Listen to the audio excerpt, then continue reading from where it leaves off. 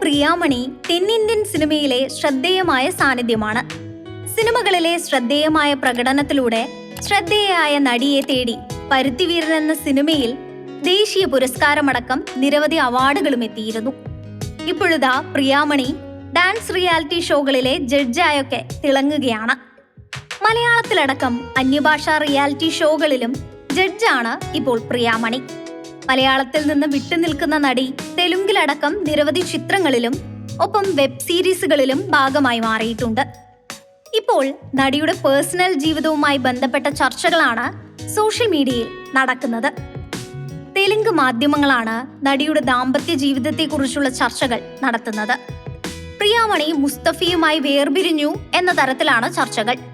Telugu cinema പോർട്ടലാണ് പ്രിയാമണിയുടെ family ലൈഫിലെ കാര്യങ്ങൾ പറഞ്ഞുകൊണ്ട് റിപ്പോർട്ട് പുറത്തുവിട്ടത്. എന്നാൽ ഇതുവരെ ഇത് സംബന്ധിച്ച യാതൊരു സ്ഥിരീകരണവും നടിയുടെ ഭാഗത്തു നിന്ന് ഉണ്ടായിട്ടില്ല.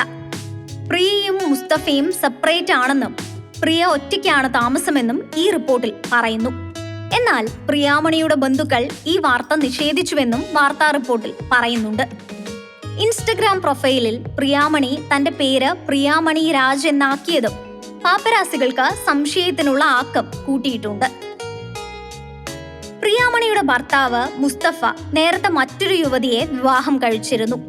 അദ്ദേഹത്തിന്റെ ആദ്യ ഭാര്യയ്ക്കും അദ്ദേഹത്തിനുമിടയിൽ ഇപ്പോഴും ചില പ്രശ്നങ്ങൾ നിലനിൽക്കുന്നുണ്ടെന്നും നിയമപരമായ നടപടികൾ ഇപ്പോഴും നടന്നു വരികയാണെന്നും റിപ്പോർട്ടുകളുണ്ട്. മുൻ ഭാര്യയുമായുള്ള പ്രശ്നങ്ങൾ ഇവർക്കിടയിലും വിള്ളൽ ഉണ്ടാക്കിയതായി പാപ്പരാസികൾ പറയുന്നു.